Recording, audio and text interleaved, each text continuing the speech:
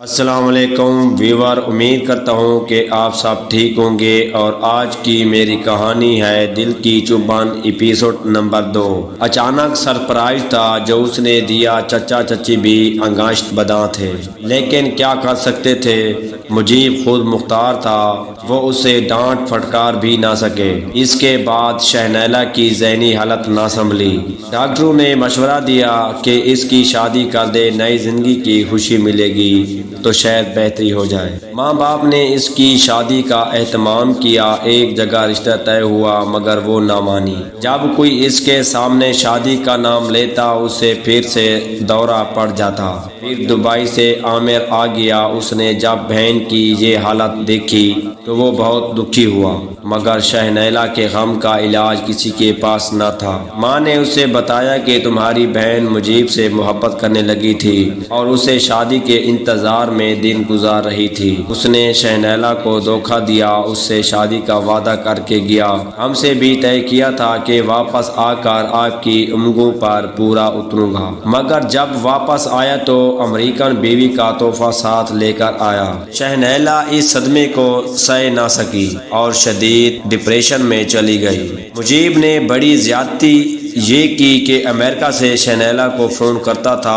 اور محبت بھرے خطوط بھی لکھتا تھا۔ اس طرح اس نے شہنیلا کی اس بندھائے رکھی اور اس سے دھوکہ دیتا رہا۔ یہ سن کر عامر آپے سے بیر ہو گیا۔ وہ مجیب پر پھنکارا کہ تم نے ایسا کیوں کیا؟ اگر میری بہن سے شادی نہ کرنی تھی تو کیوں اس سے جھوٹے وعدے کیے اور جھوٹی آس امید میں رکھا؟ اس پر مجیب نے شہنیلا کی طرف سے لکھے گئے محبت بھرے خطوط اس کو دے کر کہا کہ ان کو پڑھ لو۔ محبت میں نہیں کر رہا تھا، تمہاری بہن کر رہی تھی، میں تو صرف اس کا دل رکھنے کو جواب دے دیا کرتا تھا، اتنی دور سے اور کیا کر سکتا تھا۔ تم مگر اپنا وہ سلوک یاد کرو جو تم نے میری معصوم بہن کے ساتھ کیا تھا، جس کی وجہ سے اس کی جان چلی گئی۔ اس وقت بے شک میں بچہ تھا، ناتواں تھا، تمہارا کچھ بگاڑ نہیں سکتا تھا، مگر قدرت طاقتور ہے، جب کوئی کمزور اپنا بدلہ خود نہیں لیتا تو قدرت خود ظالم سے بدلہ لے لیتی ہے۔ وہ بولا، اگر میں مجرم تھا تو اے ظالم، بدلہ تم نے مجھ سے لینا تھا، بھلا میری معصوم بہن نے تیرا کیا بگاڑا تھا؟ یہی سوال تو میں تم سے پوچھنا چاہتا ہوں کہ اے ظالم، میری معصوم بہن نے تیرا کیا بگاڑا تھا جو تم نے اس کو برباد کر دیا؟ ہم لوگ تمہارے رحم و کرم پر تھے اور یتیم تھے، تو کیا یتیموں کے ساتھ ایسا سلوک کیا جاتا ہے جو تم نے اور تمہارے ماں باپ نے کیا؟ انہوں نے بھی منائل پر رحم نہ کھایا اور اس کو موت کے ہاتھوں میں بخش دیا۔ عامر نے مجیب کو جان سے مارنے کی دھمکیاں دیں، مگر یہ محض دھمکیاں تھیں، وہ اس کا کچھ نہ بگاڑ سکا اور مجیب اپنی بیوی کے ہمراہ واپس امریکہ چلا گیا۔ اس واقعے کو بہت دن گزر گئے، رفتہ رفتہ علاج معالجہ سے شہنیلا بہتر ہونے لگی۔ سب گھر والوں نے سیر و تفریح سے اس سے خوش رکھ کر کسی طرح اس کو سنبھال لیا اور بلا آخر شادی پر بھی آمادہ کر لیا۔